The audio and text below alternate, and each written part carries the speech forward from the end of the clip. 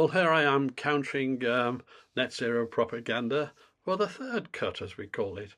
And in this one, we have to carry on with some of the alarmists from the Isle of Man, although the arguments, of course, apply everywhere, right throughout the Western world, really, now. So, without too much ado, we'll get on to it. And this is the Green Party chap from the Isle of Man Green Party making some claims about load factors. Now, as a background to that, the load factors in Scotland, on average, according to the government, are 28.4%. And the load factor is how much energy you get out compared to a theoretical maximum. So imagine the wind was perfect all the time, every single second for a year. That's your maximum. How much do you actually get? And it's 28.4% in Scotland, it's 27% in Ireland, and they're pretty windy west coast. It's about 26, 27% in England, and so on. So I forecast, because of this, I forecast the Isle of Man to be about 27%. It's about there as a load factor. But what do they claim? They claim between 58 and 74%. So, well, let's go on to having made this point. They don't ever discuss it with me, by the way, these people in the Isle of Man. You know, when I was a child, my sister used to play, when she was 4 or 5, used to play shop with other girls, and I used to watch them, and they would just pretend to be this and pretend with the money, and they try to mimic all the adult characteristics. That's a little bit like what the Isle of Man is with all the experts on this, because none of them have a clue what they're talking about. Anyway, let's get back to that Green Party man in the Isle of Man to kick us off on load factors. The predicted energy yield, known as the load factor, from the proposed Caerby wind farm at Eriestane is being published at 74%, which is 3 times higher than the UK government's published average onshore figure, which is 26%, and can be seen on the government UK website.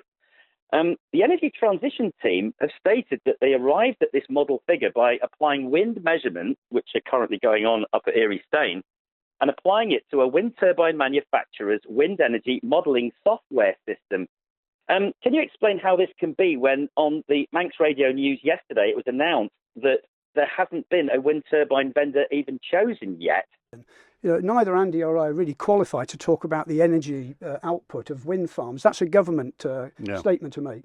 Anyway, any comment, Andrew? Yeah, absolutely. Yeah, no, thank you for the question. Really valuable. Recycling this point that Mr. Burgess raised some time ago now, I recall. And what we know is that wind turbines have been improving. We know that the first wind turbine put up in the Isle of Man in 1958 was clearly not as efficient as the wind turbines they're talking about at Eriestane. And you wouldn't be surprised at that in terms of learning curves and Moore's law, etc. And what we know is even over the last decade, we've seen dramatic improvements in the capacity factor of wind turbines. Now, by capacity factor, it means load factor. It's the same thing. And we've seen a dramatic improvement over the last decade. Well, let's look at the facts there. Because it's only in his imagination, in his dream world, that that's true. Okay, this bar chart shows the load factors from 2010 to 2022. That's a 12-year period, till quite recently. And there you see the blue ones are the onshore load factors, average, and the black ones are the offshore. Offshore always has higher load factor. You get more energy out of offshore than you do on onshore. And if you look, the band here varies between, for the onshore, varies between 20 to 30%. That's the range, right?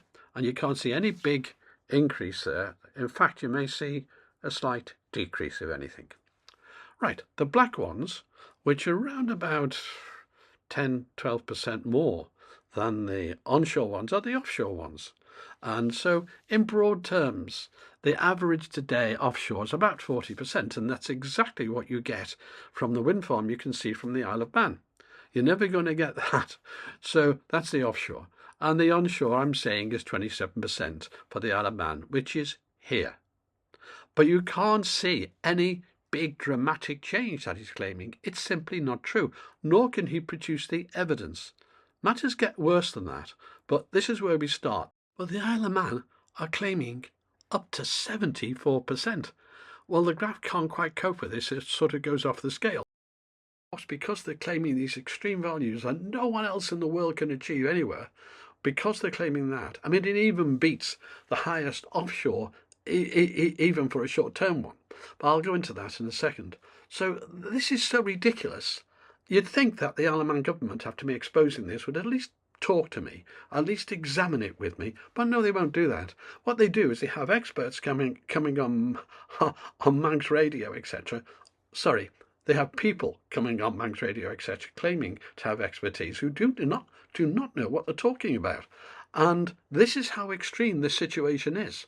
And I ask you, the public of the Isle of Man, to stop this madness, because your costs are 2 to 3 times out.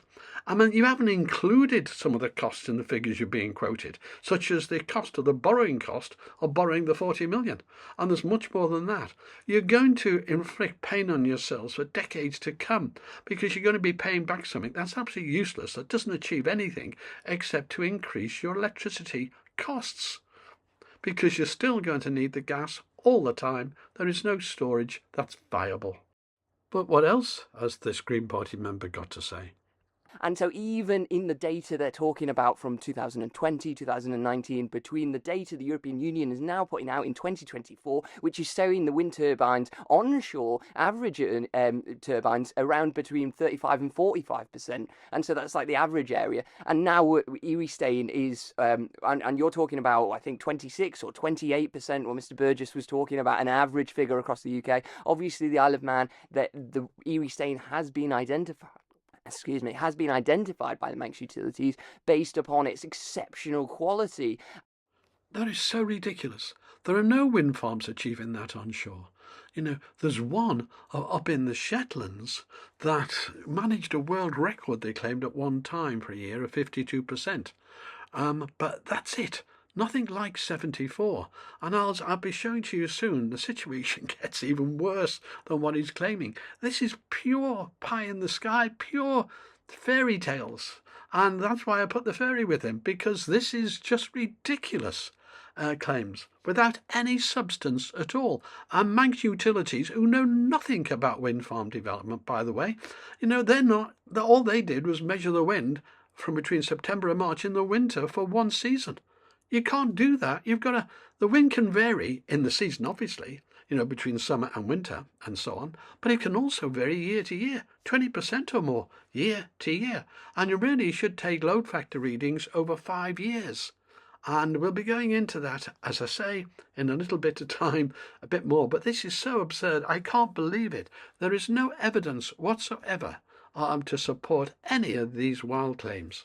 And Dr. Quirk was on talking last week, was it last week or the week before, Man in Line, expressing that as well. You can revisit that for that further information. But what we know is that those figures are not stagnant. They're improving because the wind turbines are dramatically improving, and that's taking place even quicker because so many people around the world want wind turbines, and so the investment going into them and the technology improvement going into them is bringing out these fantastic figures that are going to benefit people in the Isle of Man.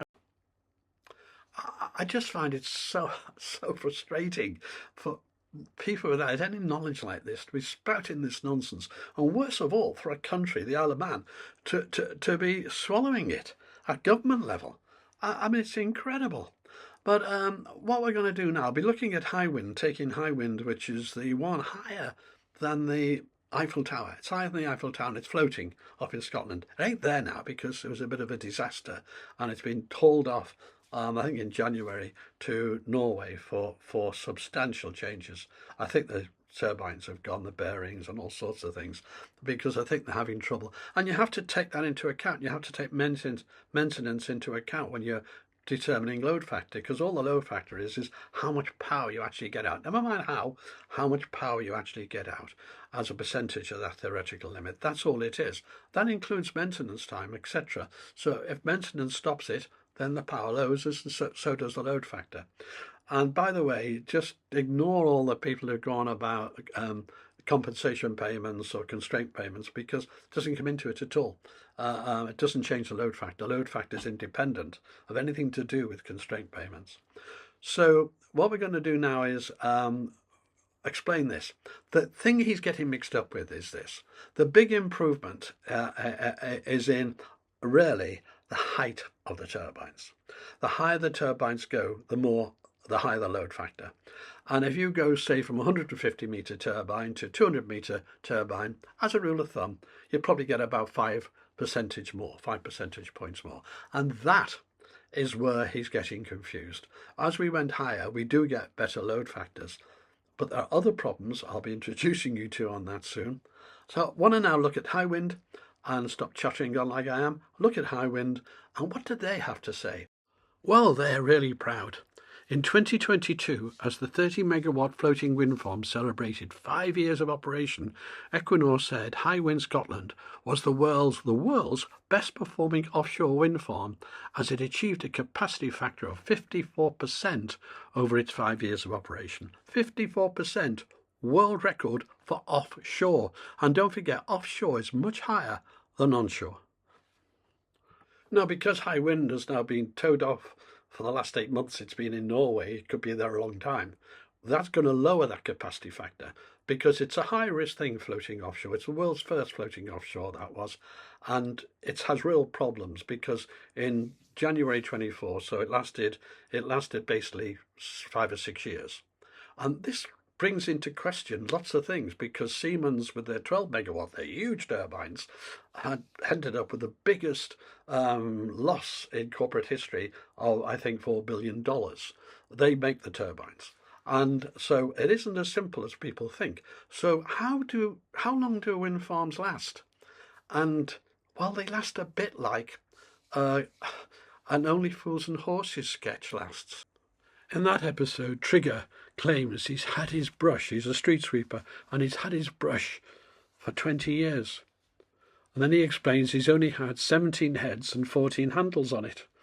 And that sort of puzzles everyone, because obviously it isn't the same brush. And it's a very funny episode, well worth watching.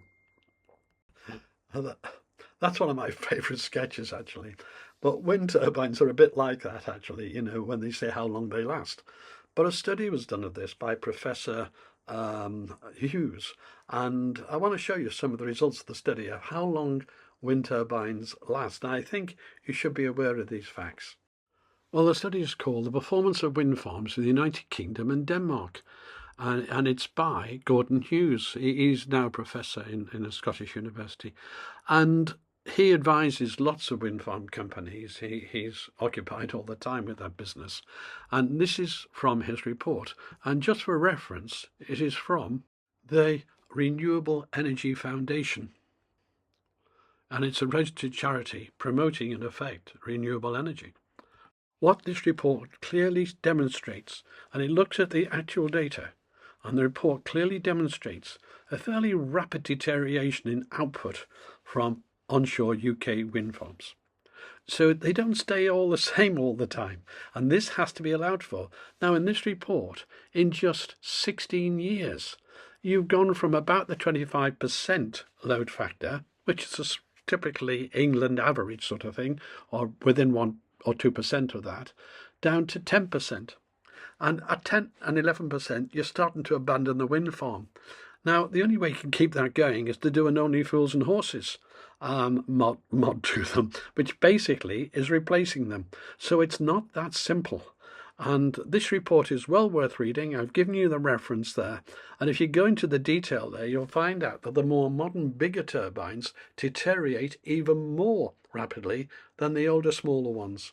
Incredible information, but the Isle of Man should be aware of it. And please note here, they start at about 25%, because that's the sort of range. Very few onshore wind farms ever get to 30%.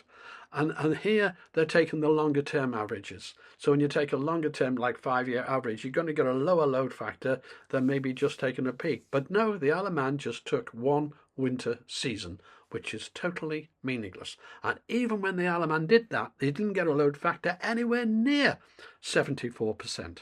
In fact, I think they got 35%. They just doubled everything. And given the 35% was just for one winter, you'd expect it to be higher. So a 27% average for the year is perfectly reasonable. Word, Julian, would you? Yeah, just a final word. I actually attended Santander Cafe yesterday with Ørsted, and they say that those massive turbines out in nice clear air, they're getting an average of 40%. So I fail to see how an onshore at Eriestain can be double those. And of course, the caller was right there, because 40% is the average for the UK offshore wind. It's 40%.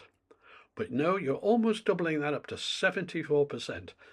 Common sense tells you there's something wrong here. And when I've been thinking about how could it be wrong, because I don't know, all I know is that people involved don't know what they're talking about. But I thought maybe they've looked at the energy going into the turbine, the wind energy going in, rather than electricity coming out. There's another conversion factor there.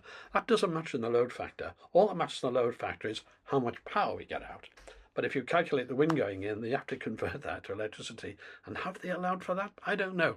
It's my guess, because how can people be so wrong about something so basic? And how can government in the Isle of Man ignore what I'm saying on this? You really can't. Now, there's a point coming up here where the Isle of Man are having trouble actually finding a supply for the wind farm because they're buying it. You see, it's a bit like going to an ice cream van and asking to buy the van. The wind farm people do not make money out of building wind farms. They make them out of running them. There's all the big subsidies and everything that the government do. That's how they make the money. And as soon as you go to a rural manufacturer and try to get someone to do it, you've got problems, because you're going to find out I'm right, and you're going to find out you're wrong, Isle of Man government. You're going to find that out.